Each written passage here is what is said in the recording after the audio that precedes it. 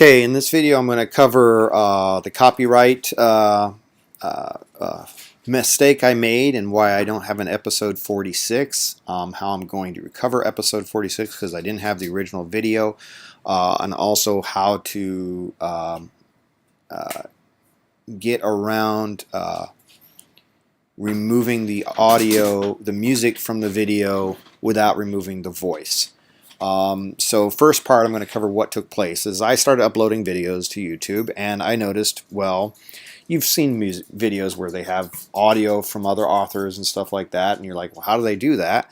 And so I assumed it was all related to this. I would upload a video and it would come up and give me a little thing here, like this little caution thing or whatever, acknowledge third-party content. And it would give me a little warning and say your video may include music that is pre-owned by a third party, and it lists it here. And then you can say, you can either remove their claim that you had third-party music in it, or you can acknowledge it. Now, I went ahead and acknowledged it because I did have third-party music. It was music playing on the radio in the background, whatever. So then I said, well, what does that mean? And because it didn't take it down, and so I read claim impact on your video. And it said here, you know, am I in trouble? No. Basically, it says that some videos may be blocked in certain countries or on certain platforms, or they will run ads on your video and they will get the money from it. And then it brings out right here, muting the video, where they take all the audio out. Well, none of these never had the video, never had the audio muted. I simply acknowledged them, let the music holder get the money from the ads on it. I didn't care. And like this one, if I go back to this video here, match third-party content, it actually gives me an option that I could, if this is a cover, then you could potentially monetize the video and you could still get the money from the video because it's a cover of the song. Well, it was karaoke, but I didn't want to risk anything, so I did not offer to monetize this video. I did not take the offer, but same thing. I can view the details. I say, okay, I got it. Everything is hunky-dory. I've had no issue with these videos. They've been up for months, not a problem. But I never disputed that they own the music and if they want to run ads on them or whatever.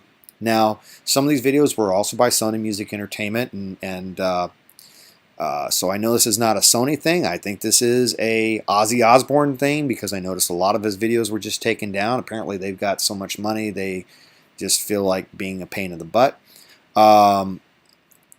But long story short, I uploaded the color run right here. It's gone. Copyright strike. I got a copyright strike for this. Here's what I did differently. I updated the color run. The only music playing in this color run was background music from the radio station. That was it. It wasn't music I added. It wasn't even music I wanted in it. But I wanted our audio, our communication back and forth with me and my friends to be in the video. I didn't want that to be gone.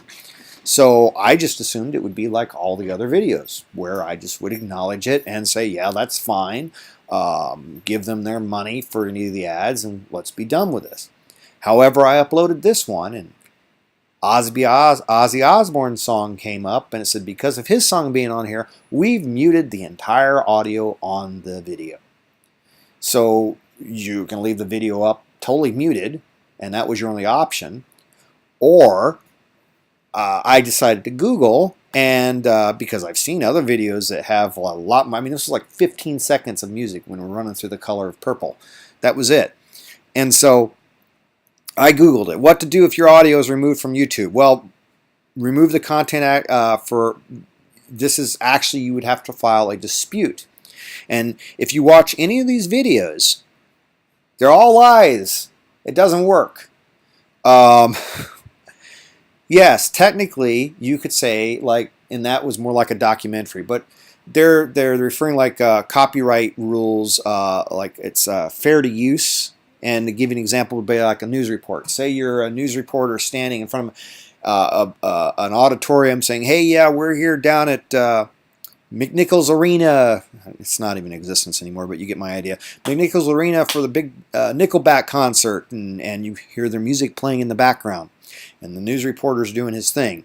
That's the fair use agreement that they're referring to in these, and you can say I can use this audio for fair use under this license number, and you're supposed to say you would go on here and you would say dispute, and then you would cut and paste this text, and lo and behold, my video was up for exactly a month until the artist holder saw that I disputed it and decided they didn't like that dispute, and so they took the whole video down completely, and I got dung for it. So don't even waste your time disputing it. If they don't want to share revenue with you or whatever, don't even try it, because I really think in this case it was fair use. It was like 15 seconds of background noise played by a radio station. It's not something I wanted in the video. But needless to say, I got a copyright strike for it. I left it in the video because I didn't want to erase our conversation that I was having with my friends, or get rid of that part of the footage. It was the only part where I wasn't the one filming, so I was actually in the video at that point, so that's why that was in there. Needless to say, don't do it. If you don't have the option just to acknowledge it and let it go, do not dispute it, because if they don't want to waste time with you or whatever, you're gonna get dinged. And for my case, my account I'm limited to I have an account that was in perfect standing before this. Now I can't upload but 15-minute videos and yada yada yada.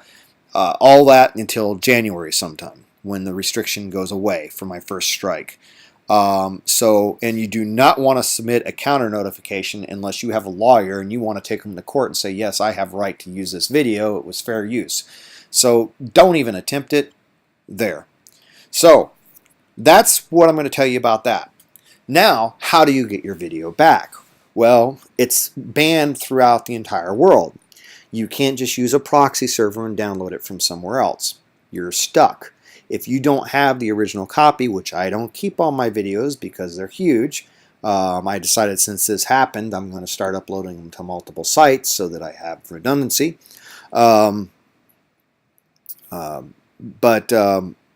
With that being said, you can get it back. My daughter found this inadvertently when she was playing my playlist. The only way you can get it back, though, is if you had put the video in a playlist.